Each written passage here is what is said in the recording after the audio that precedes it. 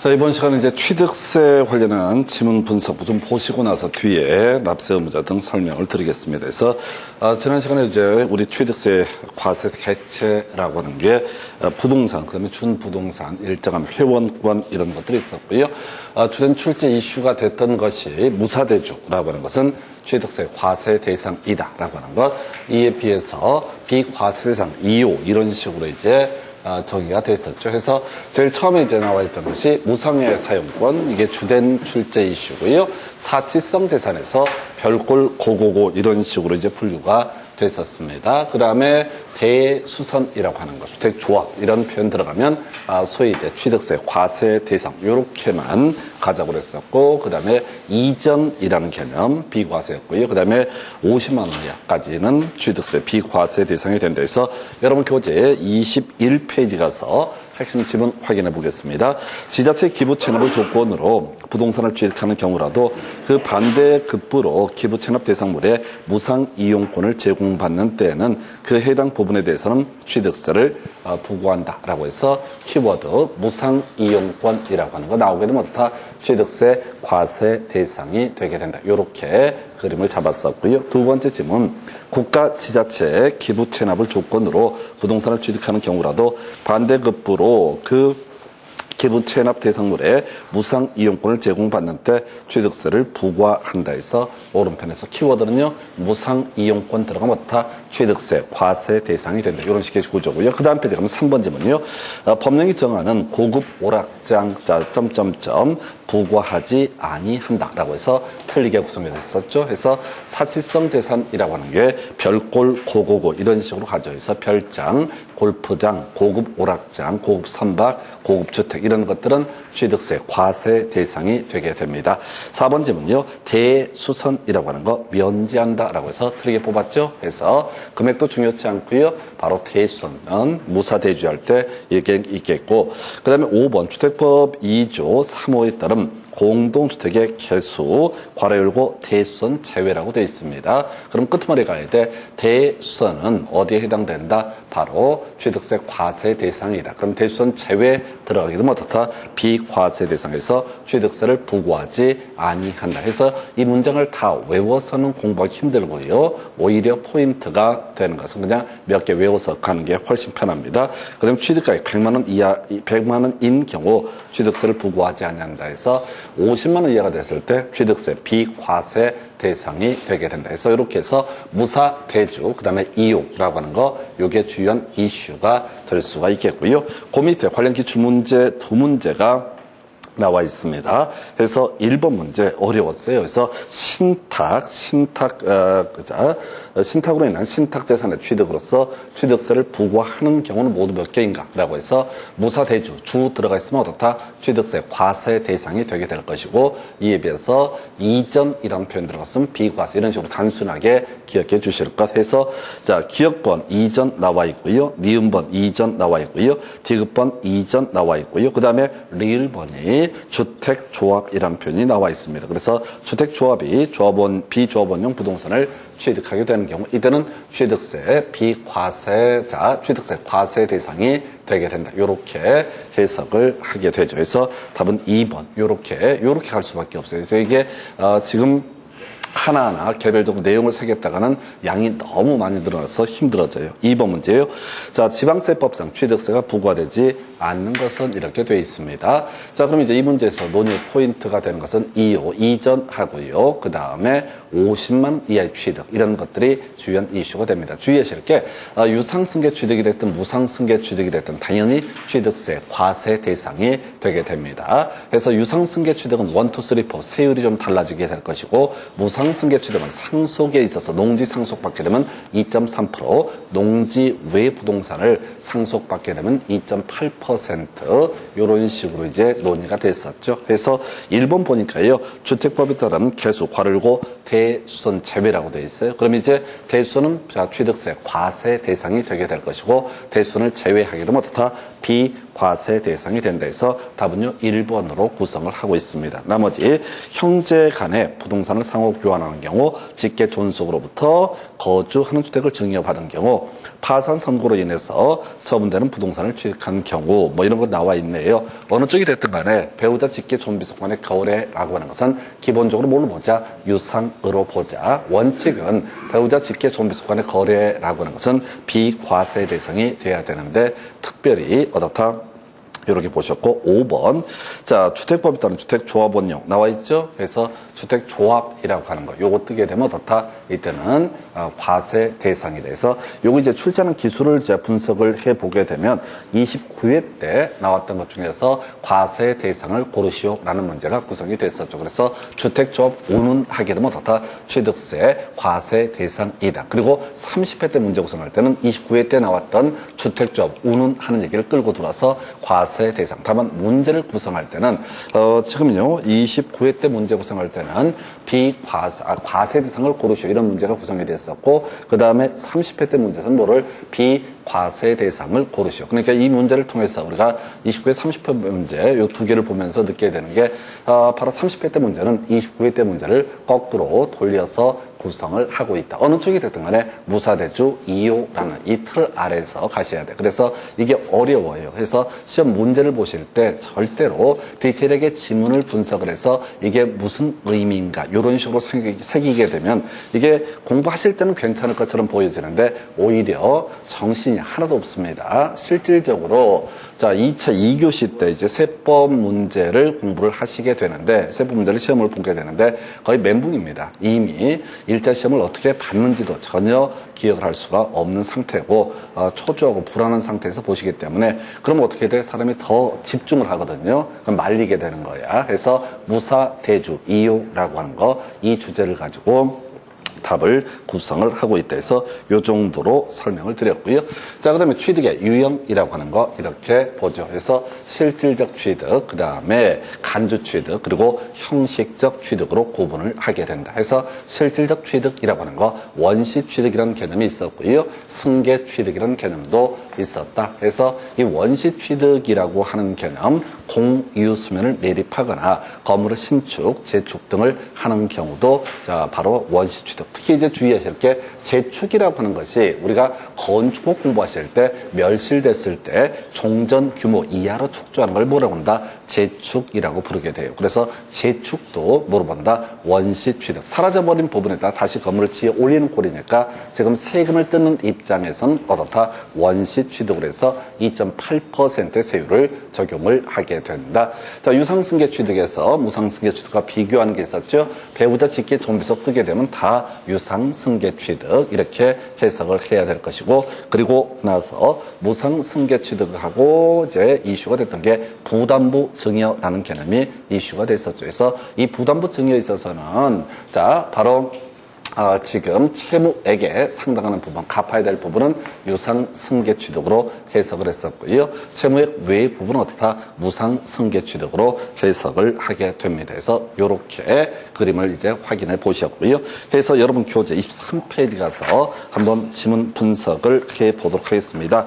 자, 1번 지문요. 직계 비속이 점점점 끝머리 바로 가야 돼. 유상으로 취득한 것으로 본다. 오른편 되겠습니다. 2번 지문요. 직계 비속이 점점점 뭐가 돼야 돼? 유상으로 취득한 것으로 본다. 이렇게 가야 되죠. 2번 지문 무상으로 취득한 것으로 본다라고 해서 틀리게 구성이 됐고요. 3번 지문 직계비속이 공매를 통해서 직계비속 나와 있으면 끝머리 유상으로 취득한 것으로 본다. 4번 증여된 채무를 인수하는 부담부 증여. 이게 좀 어렵지. 이 부담부 증여에 있어서 채무액에 상당하는 부분에 대해서는 바로 유상으로 취득한 것으로 봐야 될 것인데 유상 취득으로 보지 아니한다라고 해서 틀리게 구성이 됐어. 그래서 배우자 직계 존비속 무조건 유상. 이게 제일 까다로울 테고 일단 첫 번째 단계가 될 테고 두 번째 단계가 뭐가 된다고요? 바로 부담부 증여에 있어서 채무액. 자, 이런 거 있었죠? 갑수유의 X 부동산에 대해서 을이라는 사람이 저당권을 설정을 해놓은 상태다. 이 사안의 의미는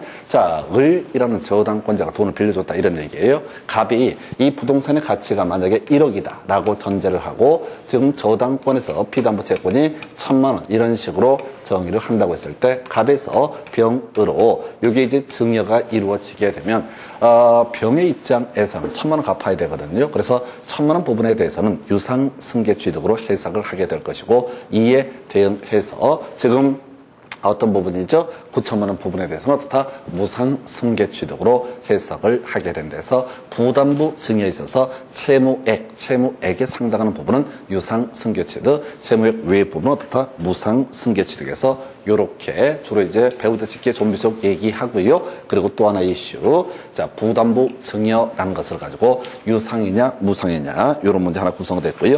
다음 페이지 넘어가서 여러분 교재 24페이지 보시게 되면 유상 취득으로 보지 않는 것은 해서 25회 때 구성됐던 문제가 되겠습니다. 자, 우리가 배우자 직계 존비속 뜨게 되면 어떻다? 다 유상 승계 취득이라고 해석을 하자고 그랬었고요. 부담부 증여에 있어서 채무액 외의 부분은 어떻다? 무상 승계 취득으로 해석을 하게 됩니다. 1번 자 공매 배우자 나와 있고요. 2번 직계 비속 나와 있습니다. 3번 배우자 나와 있습니다. 4번 직계 존속 이런 게 나와 있어요. 그래서 배우자 직계 존비속이라는 표현만 나오게 되면 모두 어떻다? 유상 승계 취득이 되게 될 것이고 그리고 이에 대응해서 자 부담부 증여에 있어서 자 바로 채무액을 제외한 부분은 어떻다? 무상 승계 취득으로 해석을 하게 된다. 이렇게 해석을 하죠. 그래서 1번 문제 답은요. 5번으로 구성을 하고 있어요. 그래서 지금 이 문제를 보니까요. 유상 무상을 따졌던 게 25회 때 하고요.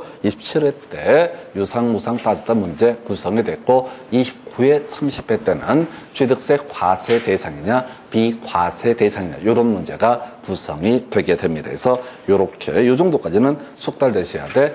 그 다음에 이제 이슈가 될 게 간주 취득이라는 개념이 있게 되죠. 그래서 자 기본적으로 토지라고 하는 것이 하나의 이슈가 되게 될 것이고 두 번째 이슈가 되게 되는 것이 바로 건물, 자 조작 설비, 가설이라고 설명을 드렸었고 세 번째가 과점 주주의 법인 등의 자 부동산 등 취득에서 총 세 가지 해서 사실상 지목 변경에 따라서 토지의 가액이 증가가 있게 된다. 그러면 이게 뭐가 된다? 지목 변경. 이때도 간주 취득으로 해석을 하게 된다. 자, 그 다음에 조작 설비의 가설이라고 하는 거. 조작 설비의 가설이라고 하는 거. 자, 우리가 건물에다가 승강기 등을 가설한 경우를 얘기했었고요. 그때는 그 건물의 소유자가 취득한 것으로 본다. 간주 취득. 따로 취득한 게 아닌데 가치가 증대가 되기 때문에 그 다음에 법인 등에 있어서는 법인 설립한 후에 과점 주주가 됐을 때 그 법인 등의 부동산 등을 취득한 것으로 본다. 뒤에서 이제 과세 표준 문제까지 우리가 이미 공부를 했던 바가 있습니다. 그래서 여러분 교재 24페이지 가서 1번 지문 토지의 지목을 사실상 변경함으로써 그 가액이 증가한 경우에 취득으로 보지 아니한다. 틀렸죠? 별 쟁점은 안 돼서 자 사실상 지목이 변경되게 되면 어떻다? 취득으로 해석을 하게 된다. 자 2번 지문이요. 건축물 중 조작 설비로서 그 주체 구조부와 하나가 돼서 건축물로서 효용가치를 이루고 있는 경우 점점점 취득한 것으로 본다. 딱 한 번 나왔던 주제입니다. 나름대로 어렵게 구성했던 사례. 그래서 앞에서 이제 설명 자체 드렸지만은 건축물에 승강기 등을 설치한 케이스 요렇게 설명을 드렸고요. 3번 법인 설립 시에 발행하는 주식 또는 지분을 취득함으로써 과점 주주가 됐을 때 취득한 것으로 본다. 틀렸죠? 원칙은 이제 법인 설립한 후에 만약에 과점 주주가 되면 그 법인 등의 부동산을 취득한 것으로 본다. 이렇게 봐야 될 텐데 문제는 이거 있었죠? 자, 바로 법인 설립 시에 과점 주주가 된 경우 이때는 어떻다? 바로 취득한 것으로 보질 아니한다. 해서 지문으로 나올 때는 별로 중요한 건 아니에요. 항상 예외를 가지고 구성을 하게 됩니다. 왜? 만약에 지금 법인의 주식 등을 취득함으로써 과점 주주가 됐을 때 해당 과점 주주가 그 법인의 부동산 등을 취득한 것으로 본다. 요것만 출제를 하게 되면 이건 출제 오류거든요. 왜? 법인 설립한 후에 과점 주주가 됐을 때는 자 법인 설립 전에는 그러하지 않냐고 법인 설립한 후에는 그러하기 때문에 항상 법인 설립 시에라고 하는 것을 가지고 예외 지문을 가지고 구성하죠. 4번 지문도 마찬가지죠. 법인 설립 시에 발행한 주식을 취득함으로써 지방세 기본법에 따른 과점 주주가 됐을 때, 자, 끄트머리 취득한 것으로 본다. 그래서 얘는 그냥 사이드로 흘러가는 그런 지문이 되겠습니다. 해서 자, 지금 간주 취득이라고 하는 세 가지 경우 지목이 사실상 변경됐을 때, 두 번째 조작 설배 가설, 세 번째 과점 주주라고 하는 거, 요렇게 여기까지는 흘러가고요. 옆에 관련 기출 문제를 보시게 되면 법인 설립한 후에 과점 주주가 됐을 때만 어떻다? 간주 취득으로 해석한다. 이 얘기를 약간 더 상당히 이제 나름대로 어렵게 구성했던 케이스. 문제 보니까요. 지방세법상 과점 주주의 간주 취득세가 과세되는 경우가 아닌 것은 모두 몇 개인가? 라고 해서 법인 설립 시에 과점 주주였을 때는 어떻다? 바로 간주 취득으로 보질 아니한다라고 이렇게 봐야 되겠죠. 그래서 자, 일단 첫 번째 기억번 법인 설립 시에 발행하는 주식을 취득함으로써 과점 주주가 되는 경우, 이때는 당연히 간주 취득으로 해석하지 않습니다. 니은번 과점 주주가 아닌 주주가 다른 주주로부터 주식을 취득함으로써 최초의 과점 주주가 되는 경우, 이때는 이제 간주 취득의 전형적인 해석이 되는 것이죠. 그 다음에 세 번째, 이미 과점 주주가 된 주주가 해당 법인의 주식을 취득해서 해당 법인의 주식의 총액에 대한 과점 주주가 가진 주식 비율이 증가된 경우, 뒤에서 이제 과세 표준할 때 한번 얘기를 할 텐데, 이런 경우죠. 자, A라고는 법인이라고 하는 것이 있습니다. 이때 A라고 하는 이 법인에 대해서 처음에 예를 들어서 자, 지금 40%였다가 이때는 과점 주주가 아니기 때문에 취득세, 간주 취득으로 보지 않습니다. 자, 이게 첫 번째. 두 번째, 20% 취득해서 60%가 됐다라고 하면 어떻다? 이때는 과점 주주가 되게 될 것이고요. 해서 이때는 그 법인의 부동산 등 중에서 60% 어떻다? 취득한 것으로 보게 된다. 세 번째, 이런 경우 있겠네요. 자, 10% 더 취득해서 70%가 됐다. 그러면 10% 더 추가해서 어떻다? 바로 그 법인의 부동산 등을 취득하는 것으로 본다. 그래서 과세표준 따질 때 이때는 과세표준 60%가 될 테고, 이때는 얼마? 10%. 이미 10%, 60%까지 취득세 냈던 것은 빼준다. 이런 취지가 되겠습니다. 그래서 니은, 디귿 두 가지가 일단은 간주 취득의 유형이 될 테고요. 과점 주주 집단 내부에서 주식이 이전되었으나 과점 주주 집단이 소유한 총 주식의 비율에 변동이 없는 게 좀 어려운 지문이죠. 이건 뭐냐면은 하나의 집단, 자, 개인으로 보는 게 아니라 예를 들어서 가족이 하나의 과점 주주 집단이다. 그래서 자, 이런 경우 있겠죠. 과점 주주 이 조항을 피하려고 남편이 30%, 부인이 30% 이렇게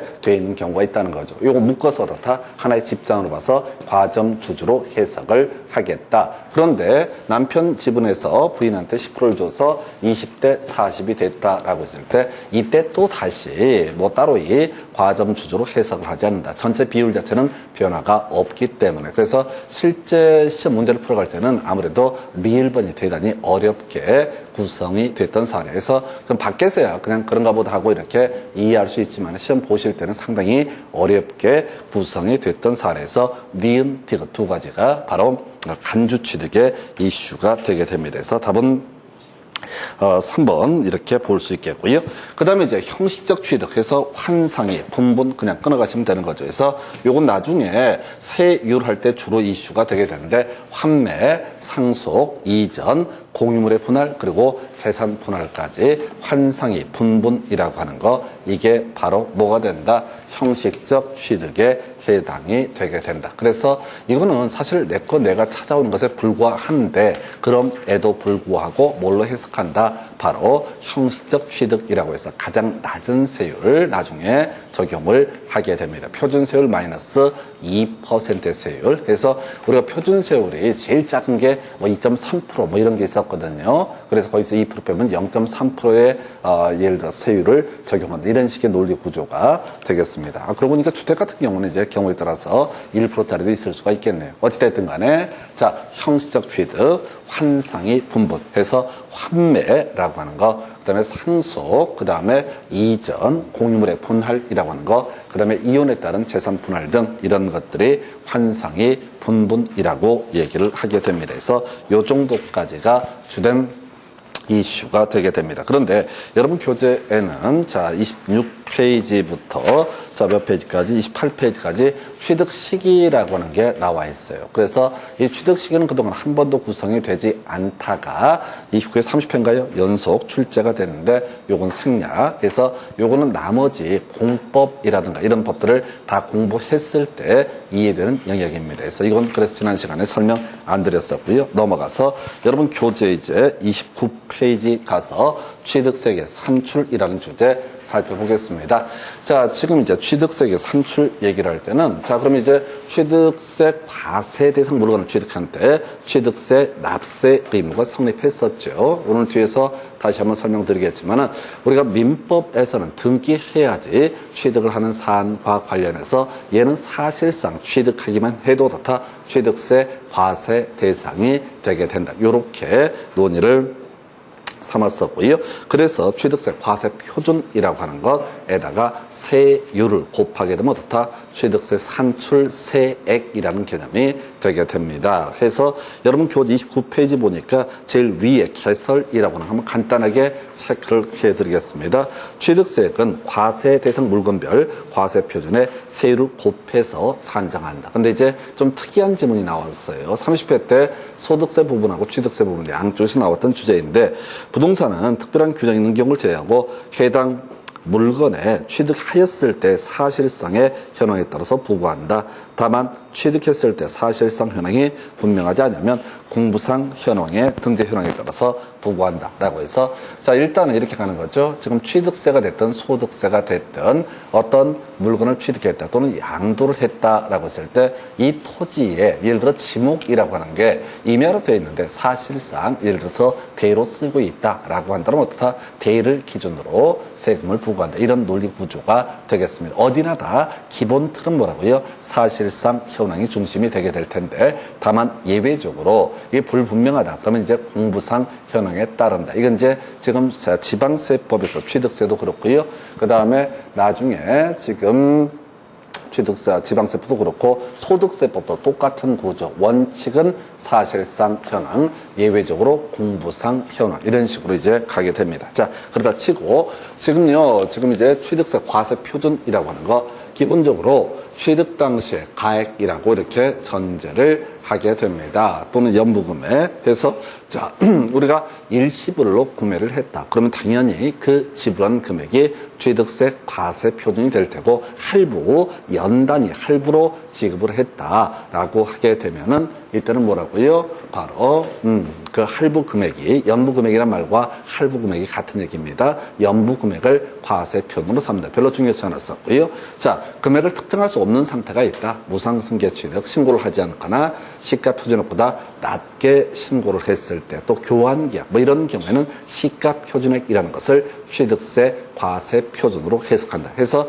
우리가 지난 시간에 시가 표준액 얘기를 그렇게 설명을 드렸습니다. 바로 부동산 학계론에서 공부하는 개념이죠. 토지의 가격이라고 하는 거 하나가 표준지 공시지가라고 하는 것이 있었고요. 그에 대해서 시군구청장이 자신의 관할구역 안에 있는 토지에 대해서 일일이 가격을 매기게 되면 그걸 개별 공시지가 단독주택 중에서 표준주택 가격이라는 개념이 있었고요. 그에 대응해서 개별주택 가격이라고 하는 거 시군구청장이 일일이 가격을 매기게 된다. 세 번째, 공동주택 가격은 국토부 장관이 직접 공시를 하게 된다. 그래서 개별주택 가격 또는 개별 공시지가 공동주택 가격을 지방세법에서는 시가 표준액이라 부르고 그 다음에 나중에 국세, 양도소득세 이런 데서는 바로 기준 시가라는 표현을 쓰게 된다. 그나마 이제 출제 이슈가 되는 게 국외 판법 공검 이런 식으로 해서 6가지 경우에 국외 판법 공검 등에 해당이 되면 이건 국가나 지자체가 이미 그 금액을 알고 있기 때문에 그 금액 사실상 취득 가격을 취득세 과세 표준으로 삼게 된다. 이런 게 지금 8년 동안 한 번인가 구성이 됐고요. 그리고 실제 문제를 구성할 때는 판이 보부 할비라고 하는 것은 바로 사실상 취득 가격 계산할 때 그 범주에 포함시키지 않는다. 이게 이제 지금 29회 때, 27회 때 연속 나왔던 주제. 이게 되게 어려워요. 왜? 지금 사실상 취득 가격 범주에 포함되는 게 종류가 종류가 대단히 많기 때문에 그 하나하나를 외울 수가 없어요. 그래서 판매 비용이라고 하는 거, 이용 비용, 그 다음에 보상 비용, 부가가치세, 법인 아닌 자의, 자, 법인 아닌 자가 취득하는 경우로서, 자, 취득하는 경우로서, 이렇게 돼 있죠. 그래서 지금,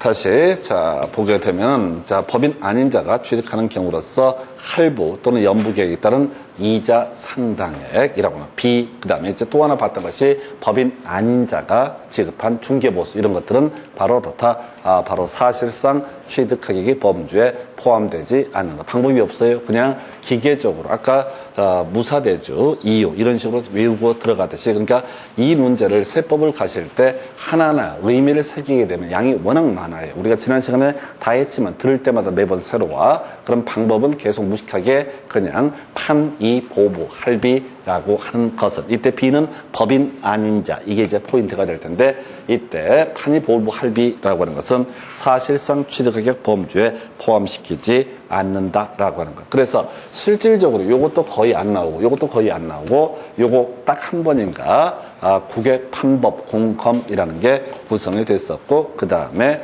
주된 출제 포인트는 판이 보부 할비라고 하는 것은 사실상 취득가격 범주에 포함시키지 않는다. 이런 식의 논리 구조해서 여러분 교재 29페이지 첫 번째 박스 볼 텐데 별로 중요치 않네요. 취득세의 과세 표준은 취득 당시에 가액으로 한다. 다만 연부로 취득하는 경우 과세 표준은 매회 사실상 지급되는 금액을 말하고 취득 금액에 포함되는 계약 보증금 등을 포함한다. 다만 신고가액이 시가 표준액보다 크다. 만약에 신고가액이 시가 표준액보다 작을 때는 그때는 시가 표준액을 바로 취득세 과세 표준으로 삼게 된다. 이렇게 그림을 잡았고요. 두 번째 박스요.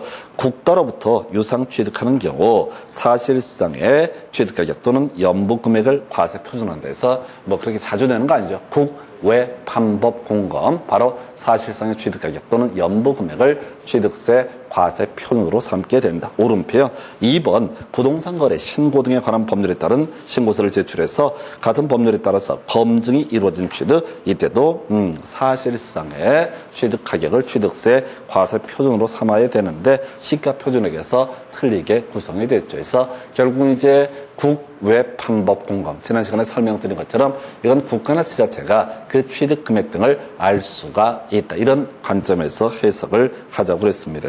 그래서 틀리게 구성이 됐었고요. 자, 요건 이제 좀 그렇고, 요즘에 이슈가 되는 거 27회, 29회 때 겁나 문제 어렵게 구성했습니다. 세법 문제 풀어갈 때 일단 내용이 많아가지고 읽다가 지쳐버릴 그런 약간 응용했던 문제예요. 해서 결국은 판이 보부 할비라고 하는 것은 취득세 과세 표준 계산할 때 사실상 취득가격 범주에 포함시키지 아니한다. 이게 논의의 핵심 이슈가 되겠습니다. 해서 자 볼까요? 27회 때 문제는 그게 좀 쉽게 나왔어요. 자, 지방세법상 사실상의 취득가격 연부 금액을 취득세 과세 표준으로 하는 경우 취득가격 또는 연부 금액에 포함되지 않는 것은 이제 결국은 판이 보부 할비 요거 찾아봐라 이런 취지가 되겠습니다. 그래서 자 1번 지문인가요? 전기 사용하는 자가 분담하는 비용 해서 전기 사용 비용, 이용 비용이라고 하는 것은 사실상 취득가격 범주에 포함시키지 않는다. 그래서 이거예요. 전기의 이용 비용, 가스의 이용 비용, 열의 이용 비용이라고 하는 것은 사실상 취득가격 범주에 포함시키지 않는다. 그래서 나머지는요, 결과적으로 다 사실상 취득가격 범주에 포함이 되는 것들, 그게 하도 많아서 외울 수가 없어요. 지금 이제 판이 보부할비가 그나마 개수가 작은 겁니다. 두 개를 다 분석해서 외우시게 되면 죽도 밥도 안 됩니다. 그래서 하여튼 답은 1번으로 구성을 했고요. 그 다음에 이제 31페이지 2번 문제예요. 갑은 특수관계 없는 을로부터 다음과 같은 내용을 주택을 취득하였다. 취득세 과세 표준 금액으로 오른 것은 첫 번째, 자 거기 검증이 이루어졌다라고 이렇게 되어 있습니다. 나름대로 어려웠던 문제예요. 검증이 이루어졌다는 얘기는 사실상 취득가격을 취득세 과세 표준으로 삼는다라는 의미를 가지고 있습니다. 그래서 사실상 취득가격을 취득세 과세 표준으로 삼음에 있어서 지금 이제 판이 보부 할비라고 하는 것은 사실상 취득가격 범주에 포함시키지 않는. 그러면 나머지 비용은 모르면 어떻다? 모두 사실상의 자 지금 취득가격 범주에 포함이 된다. 이런 식의 얘기죠. 그래서 계약 내용을 보니까 총 매매 대금 5억이라고 주어져 있습니다. 그럼 뒤에 자세한 내용 볼 거 없이 일단 5억은요. 사실상의 취득가격의 범주에 포함이 되겠죠. 두 번째, 자, 총 매매 대금 외에 당사자 약정에 의해서 은행 채무를 갑이 대신 변제한 금액 1,000만 원이라고 주어져 있습니다. 다시 볼까요? 자, 취득하는 물건의 판매를 위한 판매 비용 등 전기, 가스, 열애, 이용 비용, 그 다음에 보상 비용이라고 하는 거, 부가가치세, 그리고 취득대금을 일시금으로 지급해서 할인받은 금액이라고 하는 거, 요것도 어떻다? 자, 사실상 취득가격 범주에 포함시키지 않는다. 법인 아닌 자가 이런 게 이슈가 됐었죠. 그래서 지금 보니까 총 매매대금 외에 당사자 약정에서 은행 채무를 갑이 변제한 금액이라고 되어 있습니다. 이게 어렵다고요. 어디에 판이 보부 할비에 포함되지 않는다. 그래서 1,000만 원도 사실상 취득가격 범주에 포함이 되게 되는 겁니다. 그 밑에 법령에 따라 매입한 국민주택 채권을 해당 주택의 취득 이전에 금융회사에 양도함으로써 발생하는 매각차손 해서 자 우리가 이제 중간중간에 몇 번 공부를 하게 되는데 학개론 공부할 때 그런 얘기하죠. 기금 이하라고 해서 주택도시기금의 활용처라고 하는 거 국민주택 규모 이하의 주택까지는 어떻다? 바로 여기다가 대출 매입할 때 대출을 해주게 된다라는 얘기를 했었고요.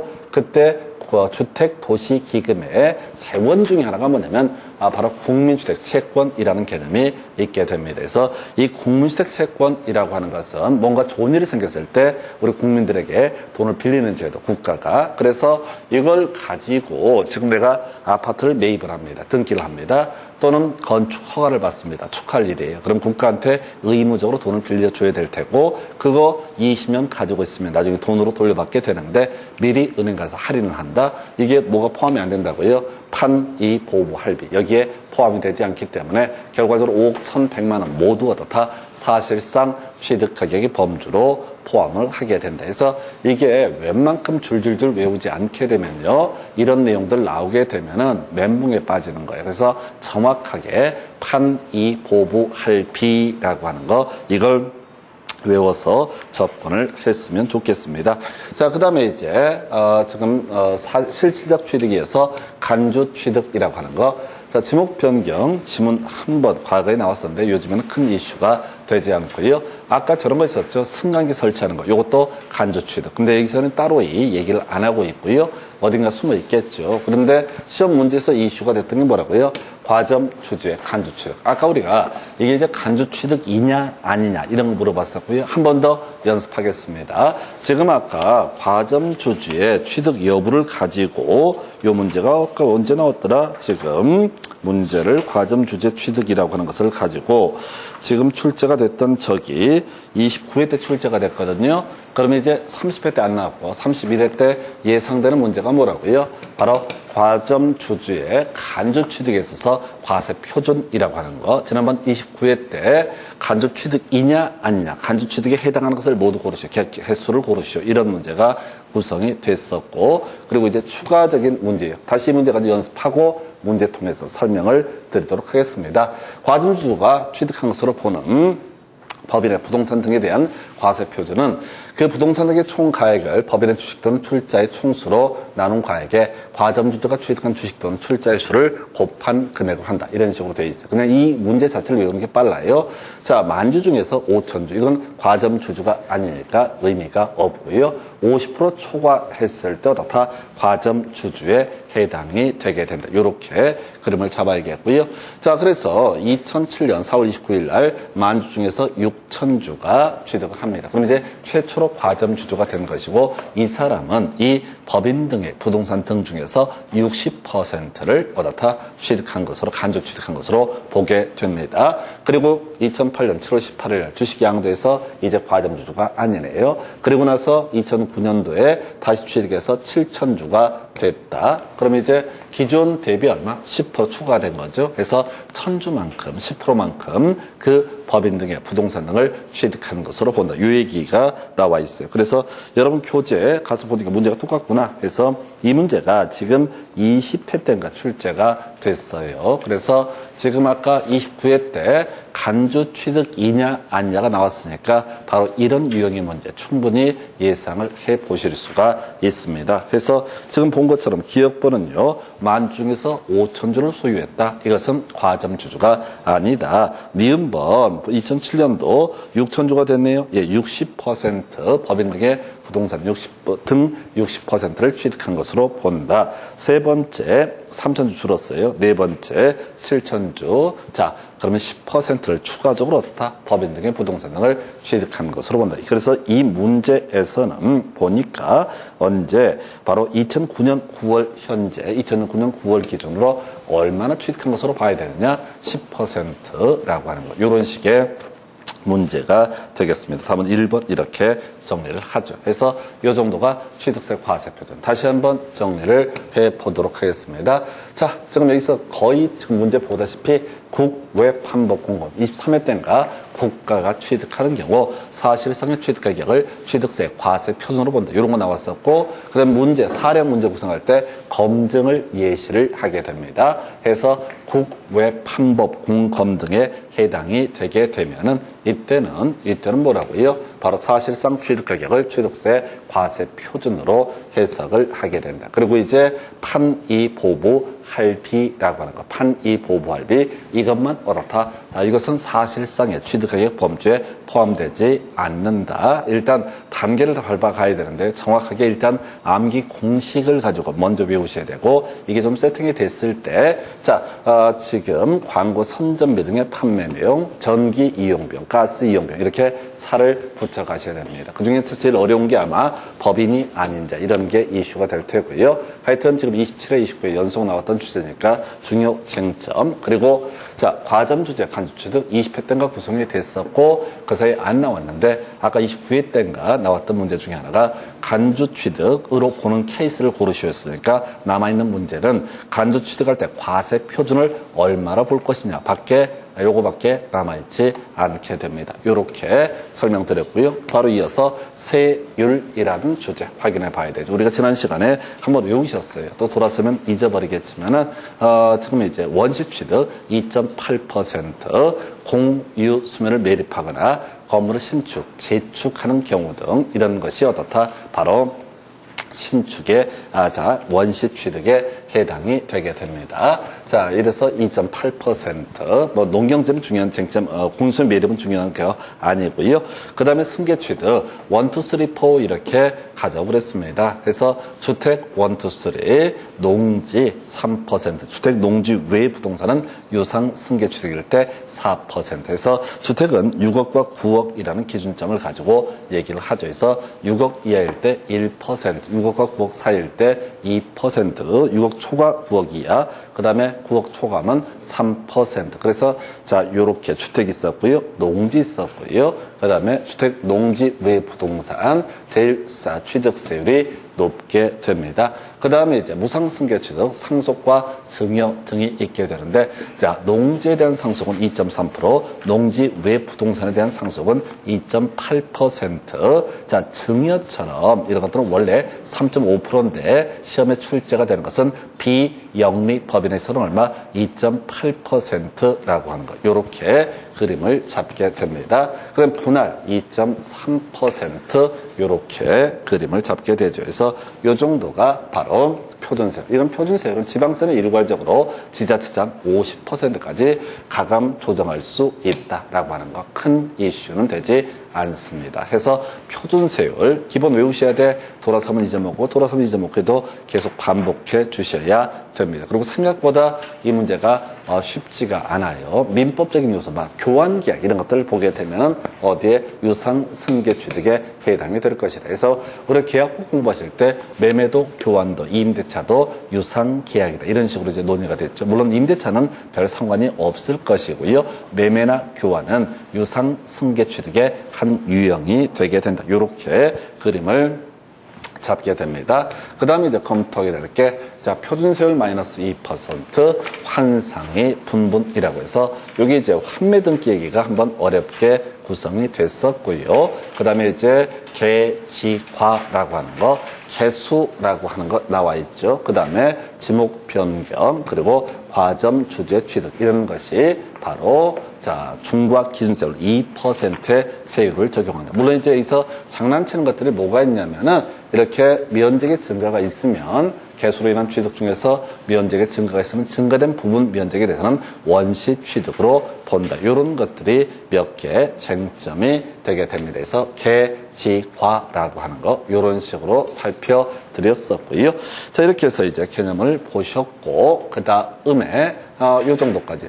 중과세율 중에서 별골, 고고, 별로 중요한 거 아닙니다. 그래서 별장, 골프장, 고급 오락장, 고급 주택, 고급 선박 이런 것들, 자 이렇게 플러스 8% 이렇게 돼 있는데 큰 이슈 안 되고요. 지금 8년 기준 한 번가 지문 속에 구성이 되게 됩니다. 그래서 결과적으로 세율 얘기는 사실 되게 쉽게 오해할 수 있는 게 표준세율 얘기예요. 표준세율. 이게 금방 될 것 같은데 이게 만만치가 않아요. 만만치가. 실제 문제가 구성이 되는 것들을 보면 차라리 자 표준세율 마이너스 2%, 환상의 분분이라든가 바로 중과 기준세율이라고 하는 2%, 개지과 이런 게 오히려 쉽고요. 표준세율 파트가 오히려 까다롭게 구성이 되게 됩니다. 그래서 여러분 교재 33페이지 첫 번째 박스 살펴보겠습니다.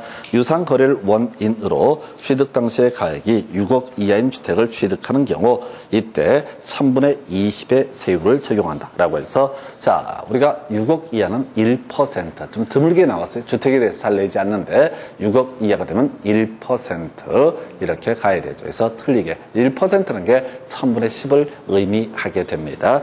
자, 두 번째 그 밑에 지자체장은 조례가 정하는 바에 따라서 취득세 표준세율의 50범위 내에서 가감할 수 있다. 뭐 특별한 쟁점은 안 되고요. 자, 여러분 교재 34페이지 가서 문제 보시게 되면 총 5문제, 8년 동안 5문제니까 최소 2년에 한 문제 구성되는 영역. 여기는 절대로 실수를 해서는 안 되는 것이 표준세율에 관한 문제가 되겠습니다. 해서 자, 검토하게 되면은 자, 문제요.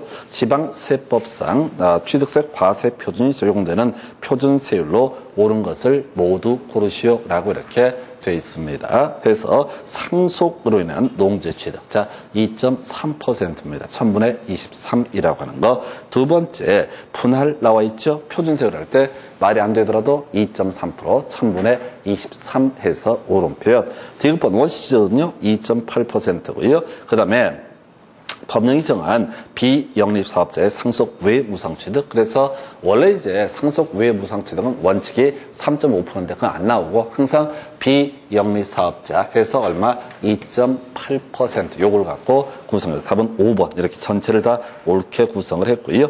2번 문제 지방세법상 부동산 취득의 표준세율로 틀린 것은 이렇게 되어 있습니다. 그래서 원시취득 1000분의 28이고요. 상속으로 인한 농지 자, 1000분의 30이죠. 해서, 아까, 자, 다시 하겠습니다. 2.3%가 2.3% 해서, 자, 유상승계 취득했을 때, 1, 2, 3, 4에서 주택은 1%, 2%, 3%, 농지는 3%, 그 다음에 주택 농지 외 부동산은 4%, 무상승계 취득 상속, 농지에 대한 상속은 2.3%, 농지 외 부동산은 2.8% 이런 식으로 갔었죠. 그래서 오른편. 3번 상속으로 인한 농지 외 토지 취득에서 이게 이제 2.8% 오른표고요. 4번 매매로 인한 농지 외 토지 취득이라고 되어 있죠. 우리가 지금 이제 매매 유상승계 취득에서는 1, 2, 3, 4에서 이건 4% 1000분의 40이 돼야 됩니다. 그래서 4번을 틀리게 뽑아냈고요.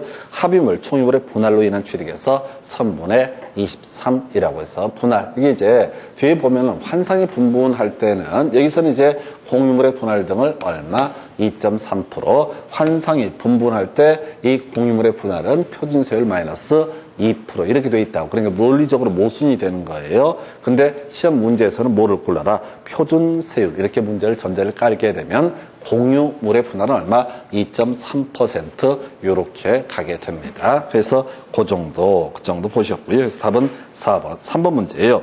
지방세법상 농지를 상호 교환하여 라고 되어 있죠. 그럼 이제 유상승계 취득이죠. 상호 교환이란 것은 유상승계 취득을 의미하게 될 것이다. 그 다음에 객체는 농지. 그러면 이제 앞에서 유상승계 취득은 1, 2, 3, 4라고 해서 주택은 1%, 2%, 3%, 농지는 3%, 주택 농지 외 부동산은 4%에서 1000분의 40이라고 하는 거. 이걸 이제 답으로 구성을 해야 되나요? 다시 지금 농지를 3분 30이구나 해서 농지니까 1000분의 30 해서 답은 자 4번 이렇게 뽑아냈고요. 4번 문제 또 보겠습니다. 지방세법상 공유 농지의 분할 2.3%죠. 해서 답은 1번. 왜? 문제에서는 표준세율은 이렇게 물어봤기 때문에 2.3% 답은 1번이고요.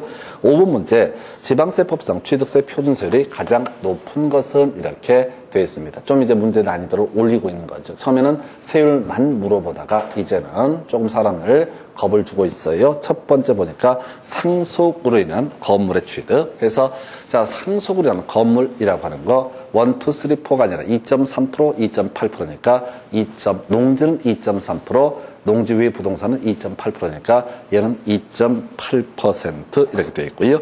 2번 보니까 사회복지법인이 자 독지가의 기부에 의해서 건물을 취득하는 경우 자 2.8% 얘기를 하는 겁니다. 비영리법인 좀 어려웠어요. 그래서 사회복지법인 비영리법인을 의미하게 될 것이고 이때는 2.8% 이렇게 갈 테고 세 번째 영리법인이 공수매립에서 라고 해서 이건 2.8%라고 할 것. 그 다음에 유상거래를 원인으로 지방세법에 따른 취득 당시 가액이 9억인 주택을 취득을 한 경우라고 해서 자 이게 유상거래를 원인으로 자 취득 당시 가액이 9억인 주택을 취득한다 해서 자 그러면 이제 이게 금액 물어봤구나. 주택을 유상승계 취득하면 1, 2, 3, 4라고 해서 자 6억 이하가 되면 얼마? 1%, 6억 초과 9억 이하가 되면 얼마? 2%, 그 다음에 9억 초과면 얼마? 3%라고 해서 2%짜리가 되겠습니다.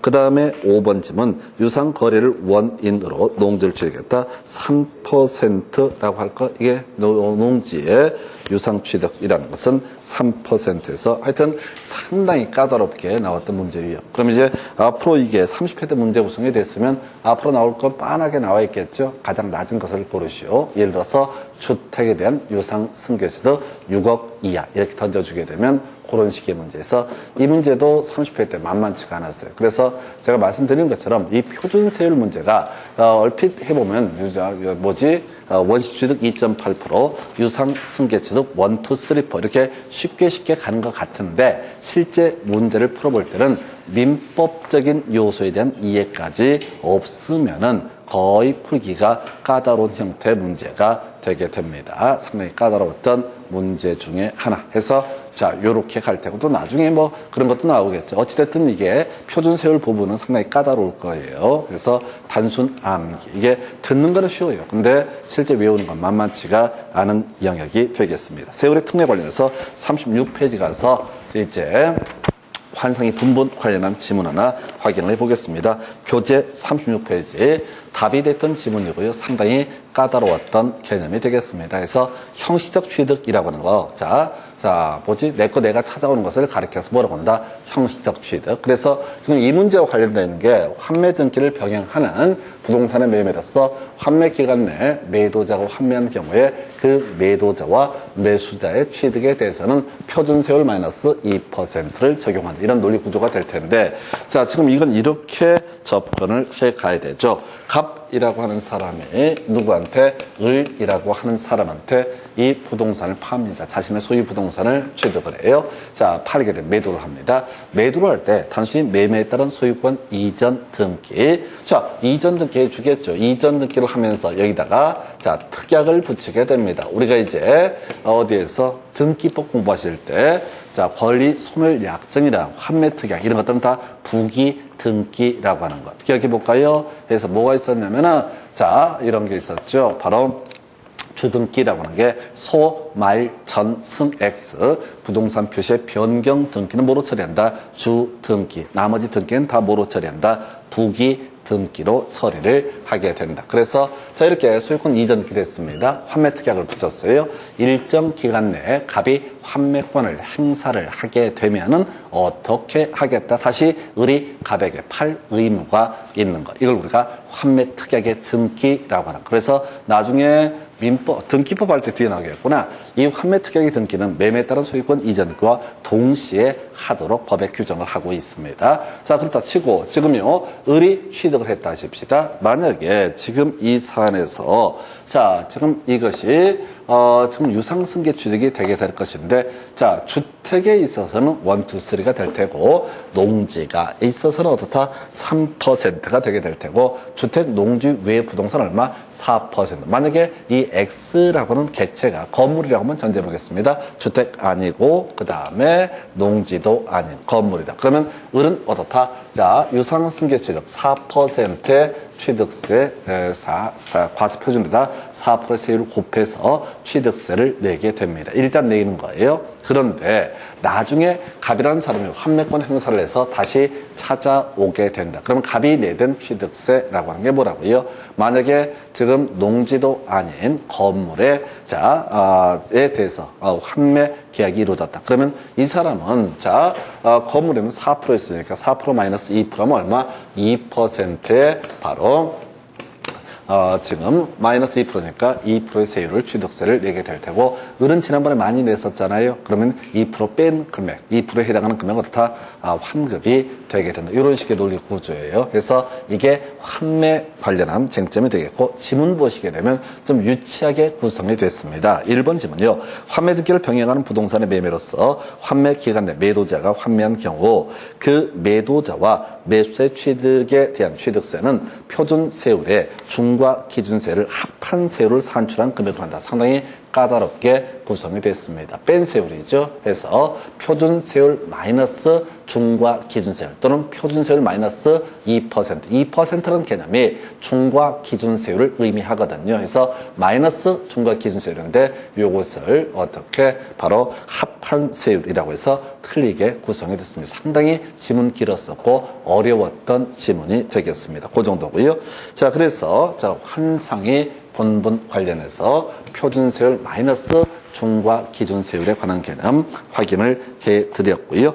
그 다음에 이제 중과 기준세율, 주로 요게 뭐라고요? 계지과라고 하는 거, 요걸 거의 요걸로 구성을 하게 됩니다. 거기 몇 개 더 추가가 되는데, 일단은 계지과, 개수라고 하는 것, 자, 개수라고 하는 것이 하나 있었고요. 지목 변경이라고 하는 거, 그 다음에 과점주수. 그러고 보니까 이 아이들 뭡니까? 이거 간주 취득에 관한 세율을 의미하게 됩니다. 앞에서 간주 취득이라는 게 지목이 사실상 변경되는 경우, 건물에 일정한 설비를 가설하는 경우, 그 다음에 과점 주제 취득을 가리켜서 간주 취득이라고 논의가 됐었죠. 그래서 이게 요렇게 가게 될 테고, 계지화라고 하는 거. 자, 바로 문제 가지고 설명을 드려볼까요?